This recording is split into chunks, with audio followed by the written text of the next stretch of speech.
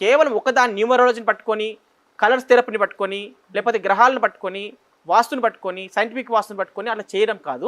ప్రాపర్గా మీరు ఏ అనారోగ్య సమస్యతో బాధపడుతున్నారు, ప్రాపర్గా మీరు ఏ వ్యాపారం చేస్తున్నారు, అంటే ఎందుకు వృద్ధి లేదు, ఓకే, డెవలప్మెంట్ లేదు, ఆ వ్యాపారం మీకు అనుకూలమైందా లేకపోతే ప్రతికూలమైందా, ఒకవేళ అనుకూలమైంది కాకపోతే దాన్ని అనుకూలంగా ఎలా చేయాలి, అది మీకు మీరు అది చేసే సక్సెస్ఫుల్ ఉంటుందా లేదా అనేటటువంటిది దీంట్లో ప్రాక్టికల్గా ప్రతి విషయాన్ని క్షుణ్ణంగా పరిశీలన చేసి మీకు ఒక ఉదాహరణకి ఒక కంపెనీ పెడుతున్నారు మీరు అంటే కంపెనీ నేమ్లో కూడా కరెక్షన్ చేయాలి, కంపెనీ నేమ్ ఏ కలర్తో లెటర్స్ రాయాలి అనేటటువంటిది ఇంత డెప్త్ దీంట్లో ఉంటుంది. కాబట్టి మీరు ఎవరు ఏది చేసినా మీరు సైంటిఫిక్గా ప్రూవ్ చేసుకొని అది మేము అనుభవం ఉంది కాబట్టి మీకు చెప్పగలుగుతున్నాం. ఇవన్నీ కూడా ఏది చేసినా స్టెప్ తీసుకున్నప్పుడు అది మీరు దాన్ని రైట్ వేలో వెళ్తున్నారో రాంగ్ వేలో వెళ్తున్నారో, ఒక బాబుకు పేరు పెడుతున్నారు పుట్టినప్పుడు అంటే ఆ పేరులో కూడా ఒక వైబ్రేషన్స్ ఉంటాయి. మీకు నేను మీ పేరు విద్య అంటే విద్య అనేటటువంటి పేరులో మీకు నేను పిలవడం వల్ల మీకు ఆ లెటర్స్ ఉన్నటువంటి మీ ఆ వైబ్రేషన్స్ మీకు పాజిటివ్ అవుతున్నాయి, నెగిటివ్ అవుతున్నాయా. ఒక పిల్లవానికి పేరు పెడుతున్నప్పుడు జాగ్రత్తగా పేరు పెట్టాలి, ఒక పాపకు పేరు పెడుతూ జాగ్రత్త పేరు పెట్టాలి. అందుకబట్టి ఏది పాజిటివ్ నేమ్ ఏది నెగిటివ్ నేమ్ అనేటువంటిది చెక్ చేసుకుని పెట్టడం వల్ల వాళ్ళ యొక్క జీవితం వాళ్ళు చెప్పారు వీళ్ళు చెప్పారు అని కాకుండా ఒక సైంటిఫిక్ గా ప్రూవ్ చేసుకున్న వేలో వెళ్తేనే గుడ్ రిజల్ట్స్ వస్తాయని చాలా చక్కగా చెప్పారండి. థ్యాంక్ యూ సో మచ్ అండి. శుభం. అందరికి నమస్కారము. నా పేరు దామోదర్ రెడ్డి, శ్రీ బ్రహ్మరమ మల్లికార్జున స్వామి గోశాల ప్రెసిడెంట్ని, అధ్యక్షుడిని. ఈ గోశాల గత 18 సంవత్సరాల కింద ఒక 5 గోవులతో ప్రారంభించాము. అంచెలంచెలుగా ఈరోజు 1200 గోవులతో గో సంరక్షణ చేయబడుతుంది. దీన్ని ముఖ్యంగా మరి దక్షిణ, నార్త్ అండ్ సౌత్ మెంబర్స్ కలిసి గోశాలను ఎస్టాబ్లిష్ చేసి నడుపుతూ ఉన్నాము. ఈ గోశాల యొక్క గోవులందరినీ కూడా ఏదైతే సొసైటీలో స్లాటర్ రోజు తీసుకుపోతున్న వాటిని తెచ్చి మాత్రమే ఇక్కడ సంరక్షణ చేస్తున్నాము.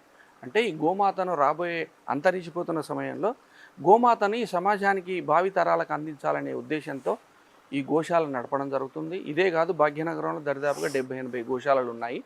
సో ముఖ్యంగా ఈ గోశాలలో మరి ఈ 1200 ఆవులను సమాజ పోషణతోనే నడపడం జరుగుతుంది. సమాజంతో మమేకమై అందరితో డొనేషన్స్ కలెక్ట్ చేసి గోశాలను నడపడం జరుగుతూ ఉంది. ఈ గోశాల యొక్క ప్రాముఖ్యత అనేక సార్లు అనేక మంది ప్రవచనకర్తలు, అనేక మంది సాధు సంతులు, అనేక మంది మునులు, ఋషులు అందరూ మనకు అన్ని శాస్త్రాల్లో కూడా గో యొక్క ప్రసక్తి ఉంది, గోవు యొక్క విశిష్టత గురించి అనేక మంది చెప్తా ఉన్నారు. కానీ హిందూ బంధువులు ఇప్పటి వరకు కూడా ఒక సరైన దిశలో ఆలోచన చేయట్లేదు గోమాత గురించి. తల్లి తర్వాత తల్లిగా భావించే మన హిందూ సమాజం ఈ గోమాతను ఒక నిర్లక్ష్య ధోరణితో దీన్ని ఇడిచిపెట్టేసేసి ఏదైతే విధర్మీయులు ఈరోజు మన గోవంశాన్ని మొత్తం నాశనం చేస్తూ హిందూ ధర్మాన్ని, హిందూ సంస్కృతి సాంప్రదాయాన్ని నాశనం చేసే దిశలో ప్రయాణం చేస్తున్నారు. దీనికి హిందూ బంధువులందరూ కూడా మేలుకొని మరి ఒక గోవు యొక్క ప్రశిష్టత ఏంది, ఆధ్యాత్మికంగా భౌతికంగా కూడా, భౌతికంగా కొన్ని వేల సంవత్సరాల నుంచి మరి ఈ సమాజాన్ని పెంచి పోషించి ఒక ఆర్థిక అవలంబనగా నిలిచింది. కోడదూడలు, ఆవులు, పాలు, పాడి పరిశ్రమ ఇదంతా సమాజాన్ని ఒక ఆర్థిక పరిపుష్టి చేసేసి ఈ సమాజాన్ని ఆదుకోవడం జరిగింది. ఈ ఆధునిక ప్రపంచంలో పాశ్చాత్య సంస్కృతితో అనేక మిషనరీస్ వచ్చి గోమాత యొక్క గోవుల యొక్క ప్రసిద్ధి తగ్గించేసేసి ఇది పాశ్చాత్యుల యొక్క ప్రభావము. సో దీన్ని కూడా మనం గుర్తించకుండా తొందరపడి మిషనరీతో ఈరోజు అన్ని గ్రామాల్లో కూడా ఎక్కడ కూడా ఈ గోసంతతి గోవులన్నీ నశించిపోయినాయి. దీన్ని ఇప్పుడైనా మేలుకొని అనేక మంది ఈరోజు మన మధ్యలో ఆస్ట్రాలజీ చంద్రశేఖర్ శాస్త్రి గారు ఉన్నారు. గోవు యొక్క ప్రసిద్ధి, గోవు యొక్కను పూజ చేస్తే, గోవు యొక్క ప్రదక్షిణ చేస్తే ఎట్లాంటి ఆర పెరుగుతుంది, మనుషుల్లో ఎట్లాంటి మార్పులు వస్తాయి, దాని మీద ఆధ్యాత్మిక ప్రభావం ఎట్లా చూపిస్తూ ఉంది. మరి గోవు ద్వారా అనేకమైన లాభాలు ఆధ్యాత్మికంగా మరి 3 కోటి దేవతలు గోవుల్నే ఉన్నారని మన శాస్త్రాలు చెప్తూ ఉన్నాయి. భారత భాగవత రామాయణాలు, ముఖ్యంగా భగవద్గీత, శ్రీకృష్ణ భగవానుడే సాక్షాత్తు మరి ఆ రోజు గోవులను మేపడం జరిగింది. మనకంత శాస్త్రాలు తెలుసు, గోవర్ధనగిరి తెలుసు. సో ఇవన్నీ తెలిసినాక కూడా అంగట్లో అన్ని ఉన్నాయి, అల్లున్నోట్లే శనిలాగా మన హిందూ బంధువులు ఇంకా మేల్కొనట్లేదు, గోమాతను రక్షించే దిశలో నడుము కట్టట్లేరు, దాని నుంచి లాభాలను కూడా వీళ్ళు సరిగ్గా ఉపయోగించుకోవట్లేదు సమాజం. మరి ఈరోజు మనకు 24/7 ఛానల్ వాళ్ళు వచ్చి ఈ కార్యక్రమాన్ని మన శాస్త్రి గారి ద్వారా మరి ఈ సమాజానికి తెలియజేయాలనే ఉత్సాహంతో మరి వారు ముందుకు వచ్చారు. ముఖ్యంగా మరి గోశాల తరఫున, సమాజానికి తరఫున 24/7 ఛానల్ వాళ్ళకి, శాస్త్రి గారికి ప్రత్యేకమైన ధన్యవాదాలు తెలియజేస్తున్నాను. రాబోయే కాలంలో మరి ప్రతి ఒక్కరు నడుబిగించి గోమాత యొక్క ప్రశస్తని సమాజానికి తెలియజేసి సమాజాన్ని ఒకసారి మేలుకొల్పితే మరి ఈ సమాజం గోమాత రక్షింపబడుతుంది. లేకుంటే మనము మృగాల్లాగా, సింహాల్లాగా, పులుల్లాగా పోయి జూ పార్క్లో చూడాల్సిన అవసరం ఉంటుంది రాబోయే తరాలకు. మిత్రుల, మరి ఈ ఛానల్ ద్వారా ఈ సమాజానికి నేను చెప్పదలసింది ఏంటంటే, ఒక పక్క సమాజమే కాదు, ఒక పక్క గవర్నమెంటు, రాజకీయ నాయకులు, ఒక పక్క సామాజిక స్పృహ ఉండే వ్యక్తులందరూ కూడా ఈ సమాజాన్ని మేలుకొల్పి ముందుకు నడిపించి ఈ ఆవును రక్షించి రాబోయే తరాలకు గోమాతగా అందించాల్సిన అవసరం ఉందని ఈ గోశాల ద్వారా, ఈ ఛానల్ ద్వారా మీకు తెలియజేస్తూ, మరి ఏదైతే చారి గారు వచ్చి ఆస్ట్రాలజీ గురించి, ఆస్ట్రాలజీలో గోమాత యొక్క ప్రతిష్టత, దాని యొక్క ఆరా ప్రదక్షిణ చేస్తే ఎంత తిరుగుతుంది, ఏమవుద్ది, మనలో ఎక్కువ ఉన్న లోపాలు, మనలో ఎక్కువ ఉన్న ఈ చెడు వ్యవహారాలన్నీ దూరమైపోతాయి. మనిషి ఆరోగ్యంగా, హాయిగా, ఆనందంగా జీవించడానికి గోమాత అవలంబన తెలుస్తుంది. ఇది మన శాస్త్రాలకి, మనకి, సమాజానికి కూడా ఇది స్ఫూర్తి కేంద్రం. గోవు స్ఫూర్తి కేంద్రం. ఈ స్ఫూర్తి కేంద్రాన్ని నాశనం చేయాలనే విధర్మీయులు చాలామంది ప్రయత్నం చేస్తున్నారు. దాన్ని ఎదుర్కొంటూనే ముందుకెళ్తూ గోవు యొక్క ప్రశిష్టతని, గోవు యొక్క ముఖ్యతనాన్ని, గోవు యొక్క ఆధ్యాత్మిక సంపదనంతా సమాజానికి తెలియజేసి ప్రతి ఒక్కరు కూడా గోవును నడిపే దిశలో మనం ముందుకెళ్లాల్సిన అవసరం ఉంది. గోవులు గోశాలలో కాదు, ఇది ఖైదీశాల తయారైపోయింది.